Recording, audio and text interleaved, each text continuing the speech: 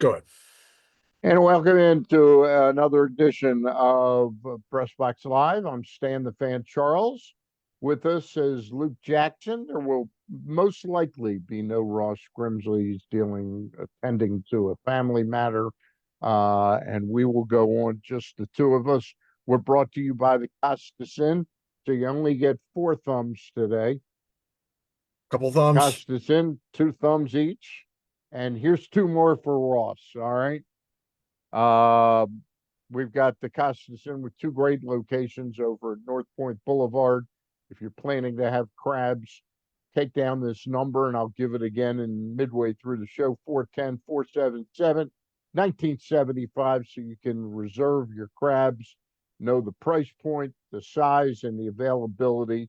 Otherwise, the second location and North Point Boulevard, both great locations. The same menu, except no crabs at Timonium. Timonium's location is high above the grandstand of the racetrack, right next to the OTB there, the Costas Inn. We're also brought to you by Warnken Law, 443 Results, and the website is Warnken, Warnken, warnkenlaw.com. We want to wish a happy birthday today to our friend Boog Powell. I know he's not watching right now. 85 years young. The Booger down in Key West texted him earlier, and I had a bunch of people text him. My brother texted him. I know Ron Matz texted him. So we're saying hello to the Booger. Luke, I know you weren't really alive when Tommy John was pitching. You know the legend. Sadly, he passes away at 83 years old from complications revolving about bladder cancer. He was a very special performer. Do you know that much about Tommy John other than his name is attached to Right. No, not the really. injury? Yeah. I do wonder what you think about his Hall of Fame candidacy. Yeah, Um, I'm actually a little surprised that Tommy John and I will say this, look, he had 283 wins. mhm. And there are some other people like Jim Cott that are in there with around the same. Jim Palmer didn't have 300 wins. Jim was 268, I think. I think for what Tommy John did post surgery Mhm. and his impact on the game in that way. Look, they give a broadcasting award, they give awards for meritorious service to the game. Mhm. I think Tommy John should be in the Hall of Fame. And I'll bet there will be a push now. And it's a shame that it's posthumous, um, that he'll go in, but I think there will be a push to get Tommy John in now. I'm not sure what era committee will debate him at some point, and It would be the Veterans Committee or right, but whatever. that's now divvied Yeah, up it's a into like different 4 name. eras. There's Yeah, like 4 eras of the Veterans Committee. I'm not sure which one would debate him, but I'm sure he'll come up at some point in the future. And I think he's probably got an interesting case. yeah, I Even if think it from a could. pure baseball perspective, he pitched a long time, so he compiled some impressive numbers. Um, but obviously his impact will be felt forever in the Yeah, game. in the game, no question about it. And I thought it was worth our mentioning it. I was really interested in talking to Ross about him, not about his Hall of Fame Did he know him? candidacy. I'm pretty sure Yeah, they've cross rubbed paths. elbows, Yeah. crossed paths. I don't know how well he knew him, but and Ross was a little bit like Tommy John. I think Tommy John was a little bit more surgical with his command. I watch highlights of Tommy John, and Tommy John, everything he throws is like below the knees. I mean, it's amazing if you. I'm speaking of amazed. I was amazed by that pun that you pulled out. You said that he was surgical in his approach to pitching. That was good. That was really Well, good. that wasn't good. Yeah, I didn't think about it. I didn't even think about it. I said he was more surgical than Ross Grimsley. Ross, if I remember him correctly, could tend to leave his balls up a little bit. Tommy John, I mean, I'm sure he gave up a ton of home runs in his career, Yeah, he but pitched for what, like because he 26 years? Yeah. 26 years, but he won 154 games after the surgery. Amazing. He won more games after the surgery than before. Speaking of amazing things, Luke, I was not, I'm never afraid to play the Tampa Bay Rays, you know, but I have to admit, like everybody, I think we thought that the Orioles, the best they could do was split this Hmm. series. They're going for a sweep today, and they haven't had a run all year. They had one, what, 7 game winning streak, I think, the Orioles. Yes. They had a 7 game winning streak. This might be the only way they make the playoffs is to go on some extended run. Yeah. And they get the Yankees at a time where they're still going to be without Stanton and Judge. They're not They scoring may any have runs. they However, may have they do they get may have Rodon back. Bellinger coming back this week. Well, they do get Rodon back tomorrow. He's going to start. I can't imagine Okay, he'll go particularly long. It's probably 575, that kind of deal. And then right. they've got Freed and Cole going. So they got some big money starting pitchers going this week in Camden Yards, but Yeah, they're not scoring any runs. And yeah, so it's going to be on, um, obviously, the starting pitchers for the Orioles to keep them down, yeah. and to for the hitters to jump on these big money starting pitchers. So. We'll Luke, see. I mean, go ahead. I'm just pretty amazed. There was all this talk about them looking for a catcher, Hmm. and I know Liam Hicks is he a switch hitter or He's a left-handed? left-handed hitter. Left-handed hitter. I know he batted left-handed. I didn't know if he was a switch hitter. Hmm. Just surprised they didn't get in on him. All you heard was about Ryan Jeffers. I mean, is Austin Wells that sort of important Well, to they were in them? on Rutschman, and then the price Yeah, tag got pretty yeah, high, and they backed yeah, out. yeah. I don't remember what Tampa gave up to get I don't Hicks. think it was a I think ton. he was a great pickup. I Great think pick. He really was. It's one yeah, of the best pickups at the deadline so far. yeah, Because I mean, we've talked a lot about the Yankees' struggles getting anything out of the catching position offensively. The Rays were just as bad, and the yeah, Rays have been like that for a while. yeah, So much so that I was wondering if they would actually draft Von Lackey. yeah. Um, I thought there was a good chance they were going to draft just to Lackey. try to solve that position once and for all. They ended up going with the high school shortstop. I Yeah. wonder if the Orioles' mistake played into that decision. Uh, what mistake is that you're talking about? Not laughing, but not totally surprised that Rutschman is 1 for 17 with his new team. Carlos Narvaez is 3 for 29. I think he's batting higher than Rutschman is batting right. Yeah, Rutschman's batting '07. one of the things that we constantly text back and forth during games when we're watching is how in the world did Carlos Narvaez hit 15 home runs last year? Were they Yeah. throwing him golf balls? I don't I understand. I don't know what goes on up in Boston, but they had Connor Wong had a great year in 23. And then in 20, no, he had a great year in 24. They were expecting him back and signed Narvaez like in spring training last year. And Connor Wong ended up being hurt much of the year and didn't perform well when he wasn't hurt. But Narvaez was terrific last year.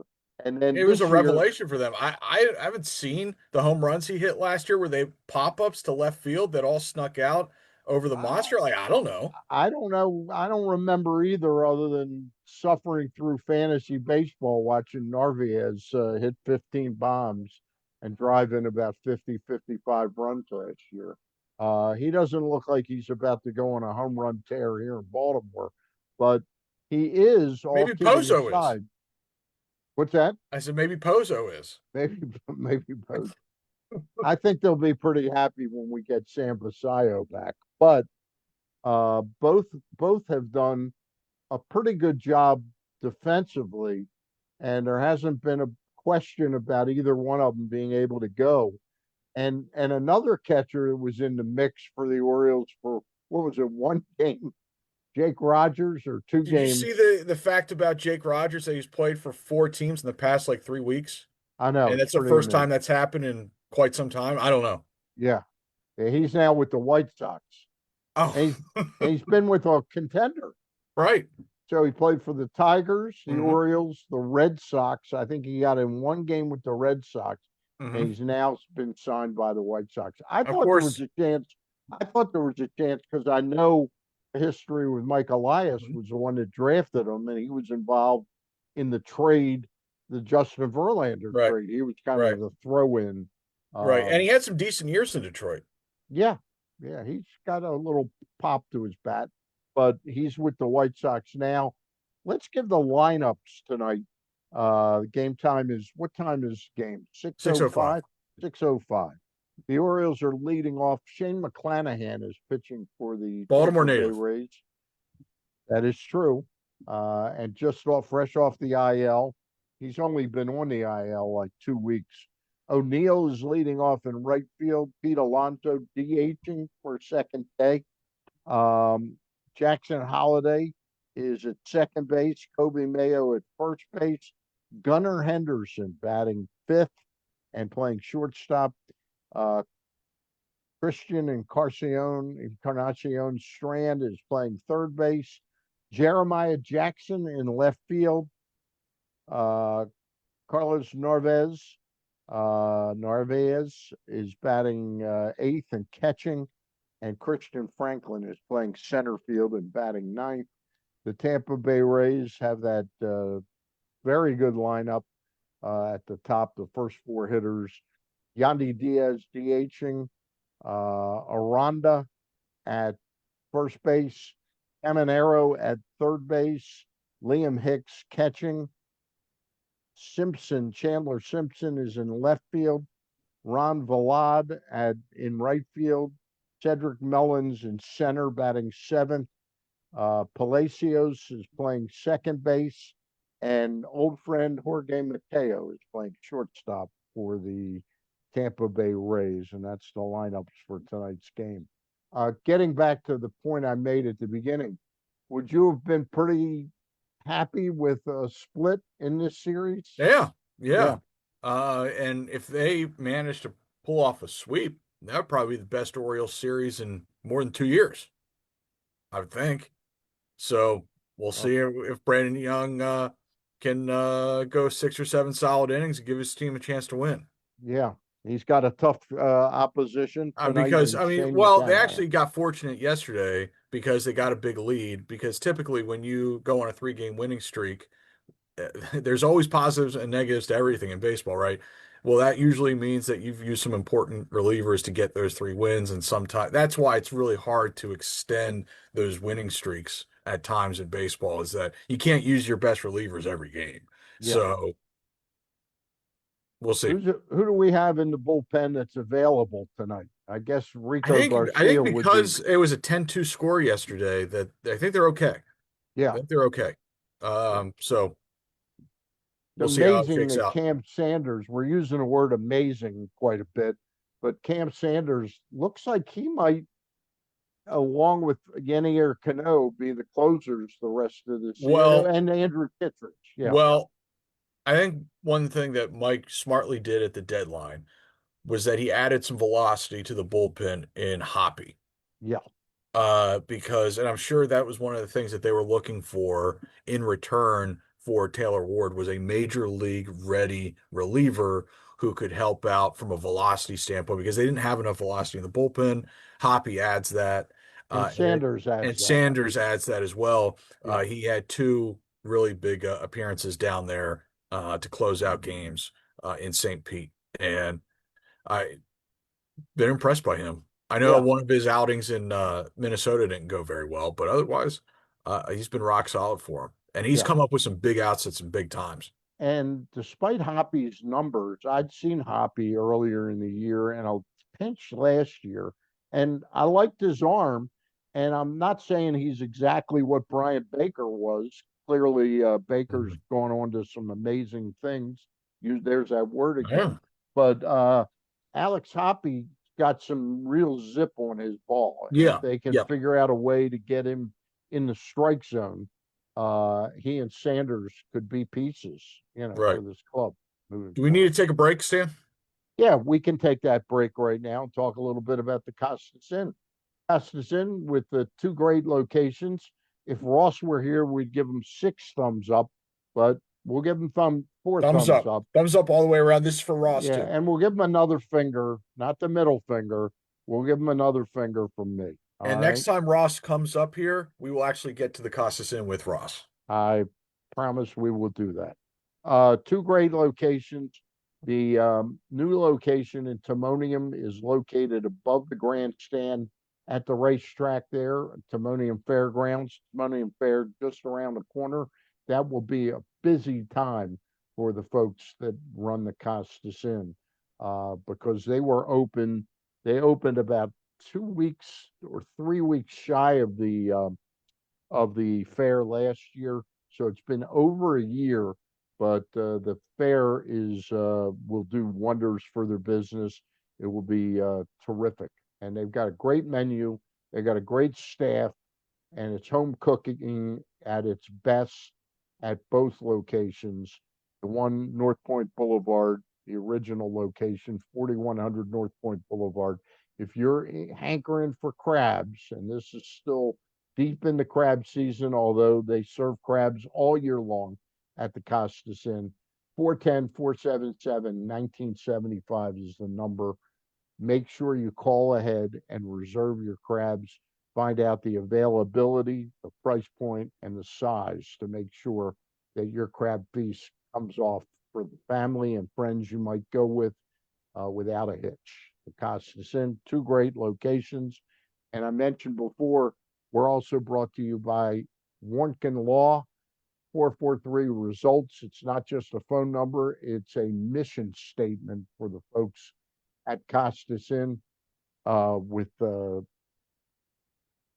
Costas Inn, I mean, excuse me, with Warnken Law. I'm a little off my game today, Luke. I'm a It's little because off Ross my. isn't around to That's keep it's you. exactly. I need him to bounce off of. You don't give me. You don't give me the feedback I need. You're looking down. Ross is attentive. Anyway, I'm blaming you for my snafus there. Warnken Law, 443 results, and the website is warnkenlaw.com. If you've been injured in an accident in Baltimore or the state of Maryland, that's the place you want to be for the best results you can possibly get and to get the compensation you deserve from your injury, from your accident. That's one thing. All right, now we're back on the show. Luke, the Orioles have three against the Yankees, and then they've got three against Tampa Bay next weekend. Hmm. And then they go on an unusual trip to Yep. St. Louis, Sacramento, and Colorado before coming home for Boston and Cleveland. And clearly, by the time they come home from that trip, we'll know a lot more Yeah. about their real chances. Yeah. It's this is a challenging month for them with how much they're on the road. They've got two straight long trips, like three city trips. One of them that they're on right now, they're about to wrap up, was a 10 gamer. I think the one that you just mentioned is a 9 gamer, if I'm not mistaken. Correct. And the one thing that they caught a break on with the scheduling is that the Rays are just coming back from a West Coast trip. And Showalter always used to talk about how, for an East Coast team, sometimes the most challenging part of the West Coast trip was the first series back home. I never heard him say that. That's Okay, interesting, though. Yeah. he talked about that before, and so maybe the Orioles caught the Rays at a good time. I don't know. Yeah. Yeah. Well, clearly they've gone toe to toe with them and they've won the first three games of the series. And in about 35, 40 minutes, they will go for the fourth straight. It's going to be tough if Shane McClanahan is on. Is on his game. I don't know how long they're going to let him go, but Yeah, if he's on his game, he's as good as any left-hander. That's for sure. yeah, It's been a long road back for him. He's had a lot of yeah, injuries, but I mean, we remember how good he was when he was at the top of his game. I think early 23 is probably when he was at the peak of his powers, and he was something else. yeah. I'll tell you one thing about them. It's been interesting to watch how sacrosanct positions 1, 2, and 3 in the batting order Hmm. were for Gunnar Henderson. Right. And now it's suddenly not sacrosanct that he can bat fifth on occasion. Thoughts? You Oh, sorry. muted yourself Oh, by sorry. accident. Um, yeah, I don't have any problem with Gunner moving down to fifth to shake it up, particularly against a left-hander. I have no problem with that at all. Yeah, What I will say is really encouraging about Gunner is that over the past 2 or 3 weeks, he's starting to hit the ball hard. And yesterday, he hit into some really tough luck, meaning Sunday. He could have had two extra base hits. Uh, Shoot, might have been two triples. yeah. So right now he's hitting into some tough luck, but he looks a lot more like himself. And if he gets hot, Alonso stays hot, those two could absolutely carry this team into the postseason. I'm curious what you think the magic number of wins is going to be. I assume that one or two of these teams fighting for the third wild card is going to get hot, and that it ends up being around 85 or 86 wins. What do you think? That's kind of what I'm thinking, and that seemed improbable 2 or 3 weeks ago. It seemed less and less likely that the Orioles would get to this point of really controlling their own destiny. You know, but Right. as I wrote in my power rankings this week, I on Saturday my power rankings from 14 to 19, and that's the third wild card team in the American League is going to somehow be in that group of teams. I had the Orioles 19th on Saturday, You and should then have. everybody lost yesterday, except the Orioles, and suddenly Texas had lost, and they were behind us. So I said, "What the hell? The Orioles are Yeah, fourth, Texas is running a couple problems with Eovaldi being out, and and Degrom's DeGrom is being beat up, right? yeah, yeah." So, And you know, Cody and then Bradford has not given them anything good. And Mackenzie Gore, as expected, has been very up and down, Yep, very erratic. yeah. Um, And Kumar Rocker, I think he's a relief pitcher waiting to happen. well, that Sunday game that he had against the Orioles, he might have been on his way to a good outing. He didn't cover first base. Suddenly he's down 5-0. Yeah, You can't give big league teams extra outs, yeah. as we've seen with As the we've Orioles seen this the year. Orioles do the entire season. Um, anyway, it'll be interesting to see how we toe the rubber. Brandon Young has pitched way beyond his skis Right, this season. right. But he shows he had a little blip his last time out. Was that in Minnesota? I thought he was fine in Minnesota. Um, I thought he grinded through six in his outing in Minnesota. Might have been the one before that. It was the Mm, one before that against the Angels, is what it okay. was. Yeah, That's what you're that thinking was a of. bad Yeah. one. Yeah. He's been really terrific this year, you know. Yeah, I mean, he's as big a reason as anybody why they're still in the mix.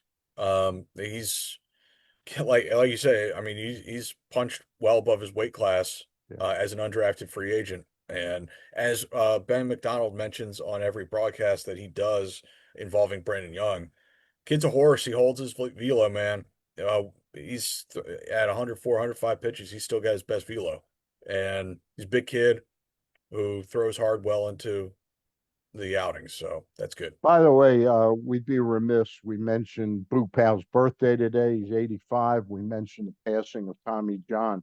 I read where Skip Bertman, who was Ben's coach at Yeah. LSU, has passed away. Highly influential figure in Ben's life. Yeah, and interesting because a lot of people claim that Ben got screwed up that last year he pitched some last 2 years in Right. college. He overpitched. Right. And Ben told me a story not too long ago, maybe 5, 6 weeks ago, that Bertman came up to him at an event a couple of years ago and kind of apologized to him. Mm, Said, I really overused you back then. wow. 88, 89. That says a lot about a guy who Ben really appreciated without the apology, but they must have had a very special relationship. Wow. But yeah, I mean, we could get Ben on to talk about him. at Yeah, some point. Yeah. yeah, we can So definitely do that. Maybe we'll do that on a Friday show coming up. All right. All right. That's going to do it for today's show. Orioles again home for three against the Yankees Tuesday, Wednesday, and Thursday, and then Friday, Saturday, and Sunday against Tampa. I'm actually going to make my return to Camden Yards this week, Luke. I'm feeling a little bit better. But to give you an idea, I don't think I've been at Camden Yards since the Saturday or Sunday. I generally don't go to Sunday games, but I may have missed a couple games and gone to that Sunday game against Kansas City. That was my last time, and that's going to be over a month. Uh, so since then, you and Blaze Alexander have been MIA. that is correct. That is correct. Blaze looks like he's coming around rapidly. Right. So hopefully by September 1st, he's back, and that'll be a big boost to their lineup. And it seems like Sammy is going to be activated at some point during the homestand. Yeah, He played for Norfolk yesterday. So, yeah. I still think one of the most fascinating things is with all this pitching that they now have, I think it would be easy for Mike Elias to get lost in the weeds. mhm. Sort of his instinct is, well, we don't need Trevor Rogers.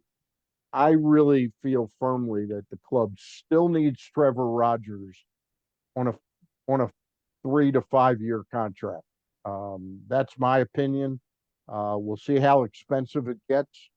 Um, I'll always wonder sometimes had they been more aggressive Mhm. when I wrote about it last September, if they had really been aggressive at the beginning of this offseason, Mhm. whether his agent would have been more inclined to I think perhaps sign ahead of a I full think year. once they got through last year, I think his agent probably had dreams of a Big, Luzardo, Suarez type of deal. He's not going to get anything like that because he doesn't miss bats like those guys. yeah, But we'll see how he does. yeah, yeah. Well, I wish him well. I like Trevor Rod.